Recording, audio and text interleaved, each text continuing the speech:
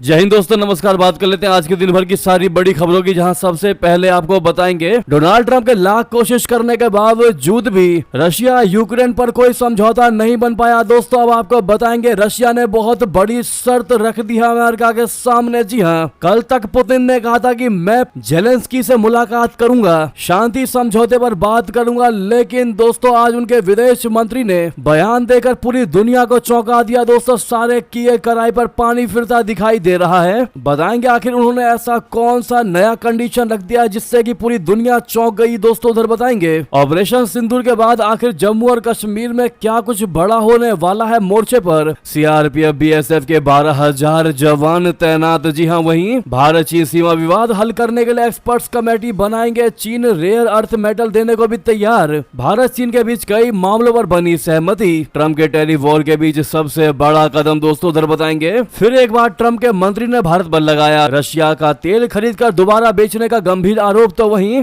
Expert ने दिया America को बड़ी चेतावनी, कह दिया भारत ये कभी भूलेगा नहीं, आखिरकार अपनी असली चेहरा तुमने दिखाई दिया। कह दिया अमेरिका और ट्रंप को भारी पड़ेगा इंडिया से पंगा। वहीं दोस्तों एक से एक बड़ी जानकारी आपको बताने वाले हैं, बस आप वीडियो के लास्ट तक बने रहेगा। और खबरों में आगे बढ़ने से पहले अपने देश भारत के स्वतंत्र विदेश नीति का जमकर समर्थन करते और मानते कि भारत पर कोई भी दबाव काम करने वाला नहीं, क्योंकि ये भारत नया भारत है जिसको कोई झुका नहीं सकता। तो वीडियो को लाइक करके इस चैनल को सब्सक्राइब करके बेल आइकन दबा के कमेंट में जय हिंद कह दीजिएगा। दोस्तों बात करते हैं पहली सबसे बड़ी खबर की, जहां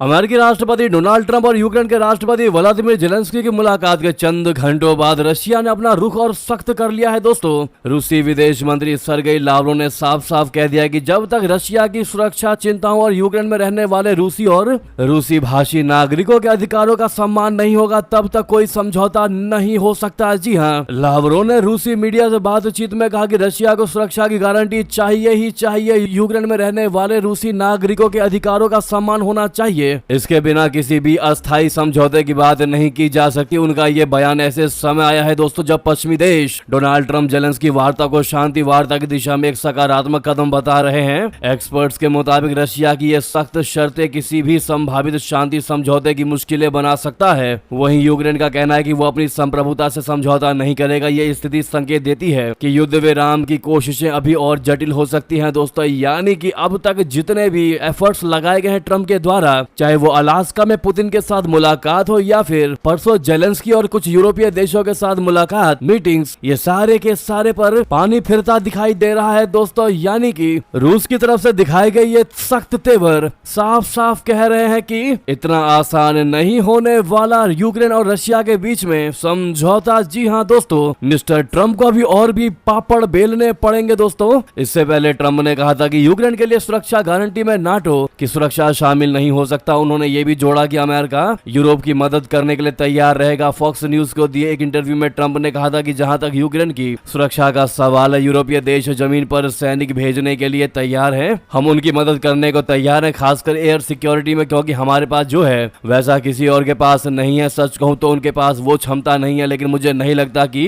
ये कोई बड़ी समस्या होगी। कुछ ना कुछ सुरक्षा इंतजाम होगा, लेकिन वो नाटो नहीं हो सकता, क्योंकि ये कभी भी संभव नहीं होगा। लेकिन आपको बता दें रशिया के रुख को देख करके दोस्तों अभी जस्ट बड़ी खबर निकलकर सामने ये आ रही है कि राष्ट्रपति ट्रंप ने आश्वासन दिया है कि यूक्रेन की रक्षा में मदद के लिए नहीं भेजे जाएंगे अमेरिकी सैनिक। जी हां दोस्तों, ये बहुत बड़ी और एक्सक्लूसिव खबर हम आपको बता रहे हैं। अमेरिकी राष्ट्रपति ट्रंप ने जस्ट अभी कुछ समय पहले रूस को आश्वासन दिया कि रशिया के खिलाफ यूक्रेन की रक्षा में मदद के लिए अमेरिकी सैनिकों को नहीं भेजा जाएगा। ट्रंप का यह बयान दोस्तों ऐसे समय में आया है जब रूसी विदेश मंत्री लावरोव ने सख्त तेवर और सख्त लहजा दिखाया है और समझौते पर बड़ी शर्तें रख दी। ऐसे में ट्रंप को झुकना पड़ा। दोस्तों अब ट्रंप कहते दिखाई दे रहे कि हम अपने सैनिक नहीं भेजेंगे यूक्रेन। जी हां, डोनाल्ड ट्रंप के इस डर के पीछे दोस्तों आपकी क्या राय है बताना बिल्कुल मत भूलिएगा। लेकिन ट्रंप को यह पता चल ही चुका होगा कि रशिया जो है वो यूक्रेन नहीं है, तुम पुतिन को झुका नहीं सकते। जी हां,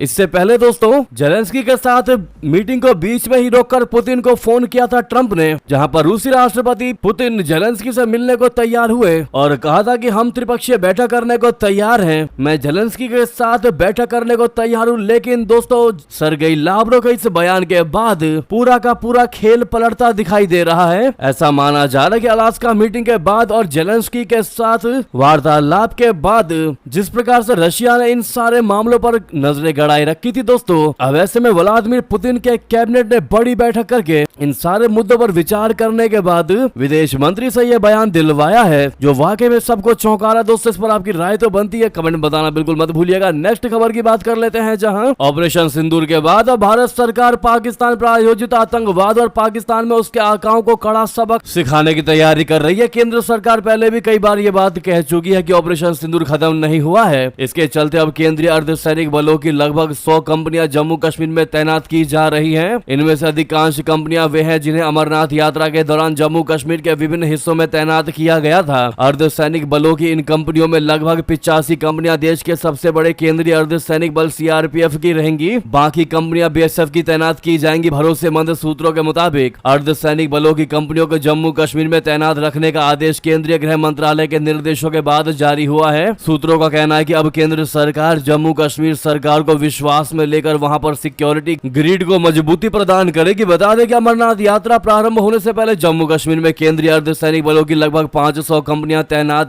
की गई थी। इनमें सर्वाधिक कंपनियां सीआरपीएफ की 135, बीएसएफ की 129, सीआईएसएफ की 165, आईटीबीपी की 64 और एसएसबी की 83 कंपनियां शामिल थी। इन कंपनियों ने भारतीय सेना और जम्मू कश्मीर पुलिस के साथ मिलकर अमरनाथ यात्रा की सुरक्षा के पुख्ता इंतजाम किए थे। नतीजा अमरनाथ यात्रा के दौरान किसी भी तरह की कोई अप्रिय घटना देखने को नहीं मिली। सूत्रों के मुताबिक केंद्र सरकार ऑपरेशन सिंदूर के बाद जम्मू कश्मीर में आतंकवाद को जड़ से समाप्त कर देना चाहती है। जिस तरह से केंद्रीय गृह मंत्री अमित शाह जी ने 31 मार्च 2026 तक देश के विभिन्न हिस्सों से नक्सलवाद के समूल खात्मे का ऐलान किया है, इसी तरह वो जम्मू कश्मीर से आतंकवाद को भी पूरी तरह से खत्म करना चाहते हैं। जी हाँ दोस्तों, केंद्रीय गृह मंत्रालय द्वारा जम्मू कश्मीर सरकार को सूचित किया गया है कि केंद्रीय अर्धसैनिक बलों की 100 कंपनियों को वहीं पर रखा जाए। सूत्रों का कहना है कि जम्मू कश्मीर पुलिस द्वारा केंद्रीय बलों की तैनाती की मांग की गई है, यानी कि भारत सरकार भारत के सुरक्षा को लेकर और भी पुख्ता इंतजाम तो कर रही है, साथ ही साथ काफी ज्यादा अब इस मामले में एक्टिव दिखाई दे रही है भारत की मोदी सरकार। दोस्तों इस पर आपकी अब जो भी राय हो, अपने भारतीय सेनाओं के लिए वीडियो को लाइक करना मत भूलेगा। अभी तक लाइक नहीं किया है तो अगली खबर की बात कर लेते हैं, जहां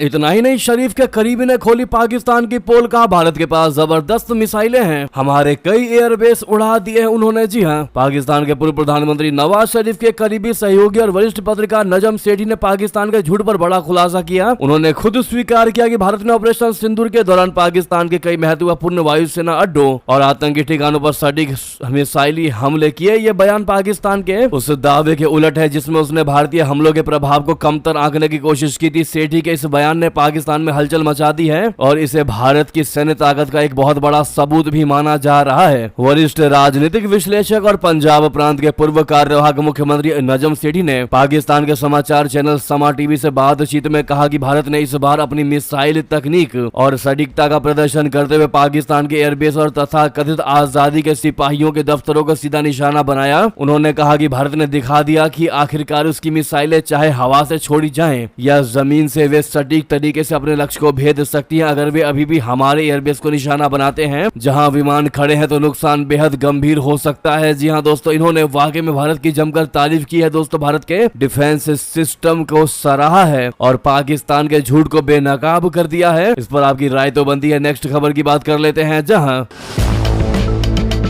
भारत और चीन ने सीमा विवाद हल करने के लिए एक्सपर्ट कमेटी बनाने का फैसला किया है। ये कमेटी जल्द से जल्द बॉर्डर निर्धारण के लिए हल ढूंढेगी। बता दें, चीन के विदेश मंत्री वांग यी ने मंगलवार को दिल्ली में प्रधानमंत्री नरेंद्र मोदी जी और एनएसए अजीत डोभाल से मुलाकात की, जिसके बाद ये फैसला लिया गया। वांग यी के दौरे के दौरान चीन भारत को फर्टिलाइजर और रेयर अर्थ मटेरियल देने को भी तैयार हो गया है। चीन ने जुलाई में इस पर रोक लगा दी थी। चीनी विदेश मंत्री 18 अगस्त को 2 दिन के दौरे पर भारत पहुंचे हैं। इससे पहले वांग यी ने सोमवार को विदेश मंत्री जयशंकर जयशंकर जी के साथ द्विपक्षीय बातचीत की थी। एएनआई की रिपोर्ट के मुताबिक चीनी विदेश मंत्री ने जयशंकर जी को भरोसा दिया है कि चीन भारत को खाद, रेयर अर्थ मटेरियल और टनल बोरिंग मशीन की सप्लाई करेगा। प्रधानमंत्री नरेंद्र मोदी जी ने चीनी विदेश मंत्री के साथ मुलाकात की तस्वीरें सोशल मीडिया पर शेयर की। उन्होंने कहा कि विदेश मंत्री वांग यी से मिलकर बहुत ज्यादा खुशी हुई। पिछले साल कजान में राष्ट्रपति जिनपिंग से मुलाकात के बाद भारत चीन संबंधों में लगातार डेवलपमेंट हुआ है। वहीं वांग यी ने एनएस अजित डोभाल के साथ सीमा मुद्दे पर बातचीत की। वांग यी ने कहा कि पिछले कुछ सालों में जो समस्याएं आई हैं वे दोनों देशों के लोगों के हित में नहीं थी। उन्होंने पिछले साल अक्टूबर में चीनी राष्ट्रपति जिनपिंग और प्रधानमंत्री नरेंद्र मोदी जी के बीच हुई मुलाकात का जिक्र भी किया। चीनी विदेश मंत्री ने इस मुलाकात को द्विपक्षीय रिश्तों की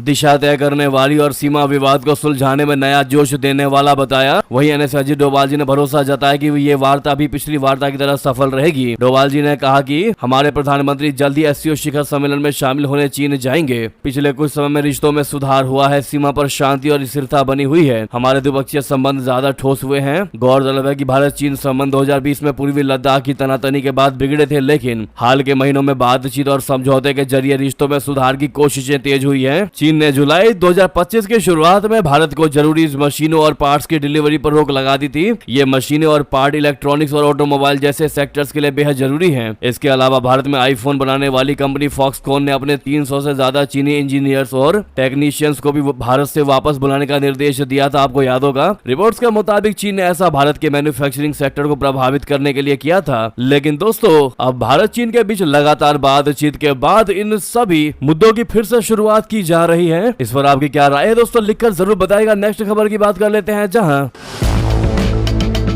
ट्रंप के मंत्री का बहुत बड़ा बयान, रूसी तेल को दोबारा बेच रहा भारत अरबों का कर रहा है मुनाफा। दोस्तों, अमेरिकी वित्त मंत्री स्कॉट बेसेंट ने रूस से तेल खरीदने को लेकर एक बहुत बड़ा बयान दे दिया। उन्होंने कहा कि भारत जो है वो रूसी तेल को दोबारा बेचकर अरबों का मुनाफा कमा रहा है। इसके साथ ही उन्होंने भारत पर अमेरिकी टैरिफ का बचाव भी किया और चीन पर पेनल्टी क्यों नहीं लगाया ये भी बताया। सीएनबीसी को दिए एक इंटरव्यू में बेसेंट ने कहा कि भारत रशिया से तेल खरीदकर उसे दोबारा बेच रहा है। अमेरिकी वित्त मंत्री ने आगे कहा कि रूसी तेल बेचकर भारत ने $16 अरब यानी कि 1600 करोड़ रुपए का मुनाफा कमाया है, इसीलिए अवसरवादी मध्यस्थता स्वीकार नहीं है। बेसेंट ने आगे कहा कि यूक्रेन युद्ध से पहले भारत का 1% से भी कम तेल रशिया से आता था, मगर अब तक ये 42% तेल भारत पहुंच चुका है। भारत के कुछ अमीर परिवारों को इससे खूब लाभ हुआ है। ट्रंप के फैसले का बचाव करते हुए अमेरिकी वित्त मंत्री ने कहा कि रूसी तेल के आयात पर चीन पर पेनल्टी इसलिए नहीं लगाया गया कि भारत की तुलना में चीन ने रशिया से कम तेल खरीदा है। बेसेंट ने कहा कि चीन का आयात औसतन कम है। उन्होंने कहा कि यूक्रेन युद्ध से पहले चीन का 13% तेल रशिया से आ रहा था, अब ये 16% हो गया है। वहीं अगर भारत की बात करें तो यूक्रेन युद्ध से पहले भारत का 1% से भी कम तेल रशिया से आता था, लेकिन वहीं अब ये 42% हो गया है। वहीं एक्सपर्ट ने बड़ी चेतावनी दी है दोस्तों, भारत का सपोर्ट करते हुए कहा कि अमेरिका और ट्रंप को भारी पड़ेगा इंडिया से पंगा। जी हाँ दोस्तों, भारतीय मूल के अमेरिकी एक्सपर्ट फरीद जकारिया ने भारत अमेरिका के संबंधों में जारी भारी गिरावट के लिए डोनाल्ड ट्रंप को जिम्मेदार ठहराया। जकारिया ने कहा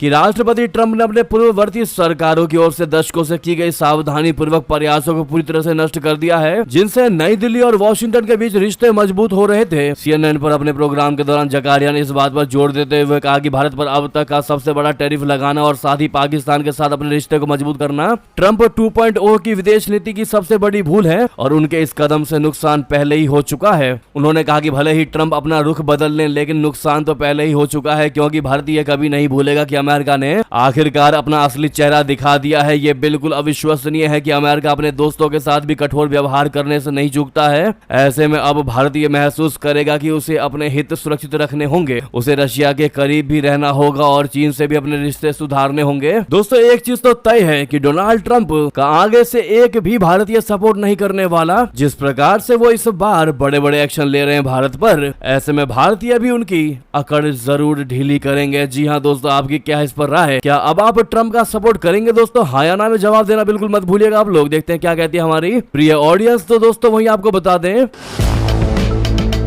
बहुत बड़ी खबर, भारत खरीदेगा 97 LCA तेजस फाइटर जेट, 62,000 करोड़ की डील की मिली मंजूरी, इंडियन एयरफोर्स की ताकत देख थर थर कांपेगा पाकिस्तान। बता दें, ऑपरेशन सिंदूर में भारत से मार खाए पाकिस्तान के लिए एक और बुरी खबर सामने आई है। दरअसल भारतीय वायुसेना की ताकत और बढ़ने वाली है। भारतीय मोदी सरकार ने इंडियन एयरफोर्स के लिए 97 और LCA मार्क 1A तेजस फाइटर जेट खरीदने के लिए 62,000 करोड़ रुपए की मंजूरी दे दी है। इससे पहले IAF ने 83 LCA LCA तेजस का ऑर्डर दिया था। न्यूज एजेंसी NI की रिपोर्ट के मुताबिक इन फाइटर जेट्स का निर्माण हिंदुस्तान एरोनॉटिक्स लिमिटेड यानी HAL करेगी। LCA मार्क 1A लड़ाकू विमानों के लिए ये दूसरा ऑर्डर होगा। केंद्र सरकार कुछ साल पहले ही 83 फाइटर जेट्स के लिए करीब 48,000 करोड़ रुपए का ऑर्डर दे चुकी है। ये नए फाइटर जेट MiG-21 की जगह लेंगे। MiG-21 पुराने हो चुके हैं, जिनकी वजह से इंडियन एयरफोर्स उन्हें सर्विस से बाहर कर रही है। ऐसे में अपने इंडियन एयरफोर्स को ऑल द बेस्ट आप लोग जरूर कहिएगा। दोस्तों अगली खबर की बात कर लेते हैं, जहां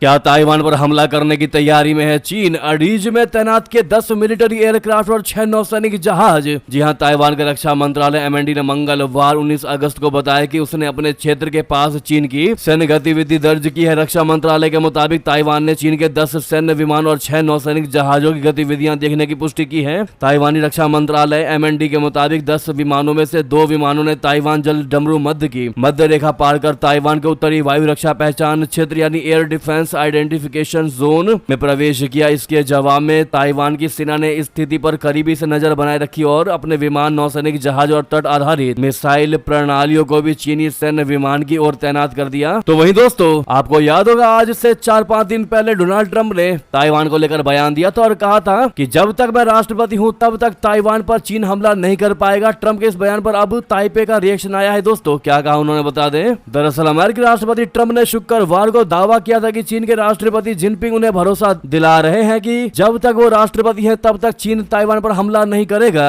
अब ताइवान के विदेश मंत्रालय ने इस पर जवाब देते हुए कहा कि हम खुद अपनी रक्षा कर सकते हैं। ताइवान पिछले 5 सालों से चीन की ओर से सैन्य और राजनीतिक दबाव का सामना करना पड़ रहा है। चीन अक्सर ताइवान को अपने क्षेत्र में मिलाने की बात करता है। राइटर्स की रिपोर्ट के मुताबिक अमेरिकी राष्ट्रपति ट्रंप के बयान पर ताइवान के विदेश मंत्रालय के प्रवक्ता कुआई वेई ने कहा कि उनकी सरकार अमेरिका की और चीन के बीच की बातचीत पर बारीकी से नजर रखती है। उन्होंने कहा कि ताइवान के पास इतनी ताकत है कि वो अपनी रक्षा स्वयं कर सकता है। यही कारण है कि हमारा देश अपनी आत्मरक्षा क्षमताओं को और बढ़ा रहा है। हमारा देश अपनी ताकत को बढ़ाने के लिए लगातार कड़ी मेहनत कर रहा है। तो दोस्तों वहीं आपको बता दें सबसे बड़ी खबर, बांग्लादेश में 1400 साल पुराने मंदिर पर मस्जिद बनाने की बड़ी तैयारी। फिर एक बार बांग्लादेशी हिंदुओं को भड़काने की कोशिश की गई है। दोस्तों बांग्लादेश के प्रसिद्ध हिंदू तीर्थ स्थल चंद्रनाथ पहाड़ी पर एक मस्जिद बनाए जाने की खबर बीते 2 दिन से सोशल मीडिया पर वायरल है। यह पहाड़ी चटगांव के सीताकुंड में है। मामला सामने आने के बाद प्रशासन ने स्पष्ट किया है कि वो पहाड़ी पर मस्जिद निर्माण की अनुमति नहीं देगा। इस तीर्थ क्षेत्र में करीब 1400 साल पुराने कई मंदिर हैं। दरअसल सैफुल इस्लाम नाम के एक शख्स ने पहाड़ी पर मस्जिद बनाने की मांग को लेकर कई फेसबुक पोस्ट किए थे। सैफुल ने दावा किया था कि उसने मस्जिद के लिए धार्मिक समुदाय के प्रतिनिधियों से मुलाकात की थी। मस्जिद निर्माण के लिए सोशल मीडिया पर आर्थिक मदद की पहल भी होने लगी। इसके बाद हिंदू समुदाय ने नाराजगी जताई। मामला सामने आने के बाद स्थानीय प्रशासन ने चंद्रनाथ मंदिर का दौरा किया। उप जिला के कार्यकारी अधिकारी फखरुल इस्लाम का कहना है कि एक टूरिस्ट पहाड़ी पर घूमने के बाद नमाज के लिए देर से पहुंचा, इस वजह से उससे मस्जिद बनाने की आवश्यकता महसूस हुई और उसने फेसबुक पर पोस्ट कर दिया। जैसे ये मुद्दा सोशल मीडिया पर वायरल हुआ, हमने सांप्रदायिक सद्भाव के लिए कैंपेन चलाए और यहां मस्जिद बनाने की खबरों का खंडन किया। साथ ही साथ बता दें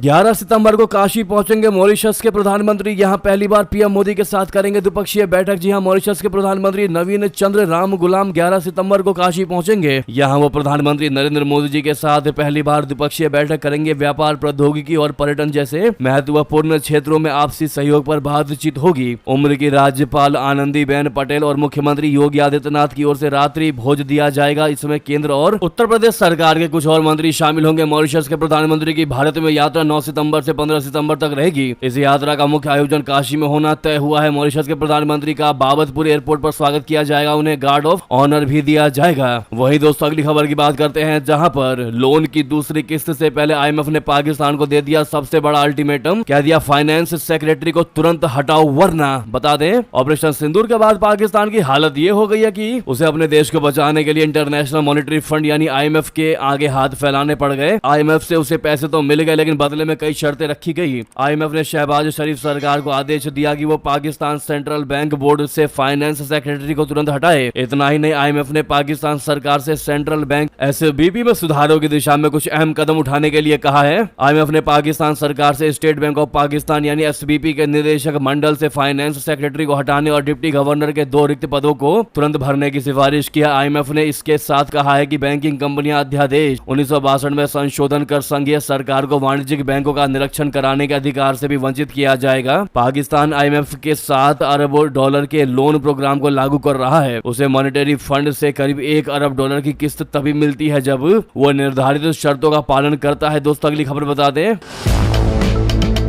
सट्टेबाजी वाले ऑनलाइन गेम्स पर बैन लगाने की तैयारी में मोदी सरकार, संसद में पेश होगा बिल। जी हां, केंद्र की मोदी सरकार ने पैसों से जुड़ी ऑनलाइन गेमिंग के क्षेत्र में मंगलवार को बड़ा फैसला लिया है। प्रधानमंत्री नरेंद्र मोदी जी की अध्यक्षता में हुई केंद्रीय कैबिनेट बैठक में ऑनलाइन गेमिंग बिल को मंजूरी दे दी गई है। इस बिल के तहत ऑनलाइन सट्टेबाजी को दंडनीय अपराध और पैसे से जुड़े गेमिंग ट्रांजैक्शन पूरी तरह प्रतिबंधित होंगे। ये जानकारी सूत्रों के हवाले से मिली है। मोदी सरकार बुधवार को इस बिल को लोकसभा में पेश करेगी। सूत्रों के मुताबिक बिल के तहत किसी भी बैंक या वित्तीय संस्थान ऑनलाइन मनी गेम्स को पैसे ट्रांसफर की परमिशन नहीं होगी। साथ ही रियल मनी गेमिंग के विज्ञापन पर रोक होगी। सरकार इसके साथ ही ई स्पोर्ट्स और skill based non monetary games को बढ़ावा देगी। तो वहीं दोस्तों बेगूसराय और मोकामा वालों के लिए बड़ी खुशखबरी, 22 अगस्त को अंता सिमरिया गंगा पुल का उद्घाटन करेंगे प्रधानमंत्री मोदी जी। प्रधानमंत्री नरेंद्र मोदी जी 22 अगस्त को अंता यानी मोकामा से सिमरिया यानी बेगूसराय के बीच गंगा पुल को राष्ट्र को समर्पित करेंगे। इस परियोजना में 1.865 किलोमीटर लंबा गंगा पुल शामिल है, जो सीधे मोकामा यानी पटना जिला को बेगूसराय से जोड़ेगा। ये नया 6 लेन का पुल पुराने 2 लेन के रेल कम रोड पुल राजेंद्र सेतु के समानांतर बनाया गया है। लगभग 7 दशक पुराना राजेंद्र सेतु वर्तमान में मरम्मताधीन, जिस कारण भारी वाहनों की आवाजाही उस पर प्रतिबंधित है। मजबूरन इन वाहनों को लंबा चक्कर लगाकर गुजरना पड़ता है। नया पुल खुलने के बाद ऐसे वाहनों को 100 किलोमीटर तक की अतिरिक्त यात्रा से मुक्ति मिलेगी।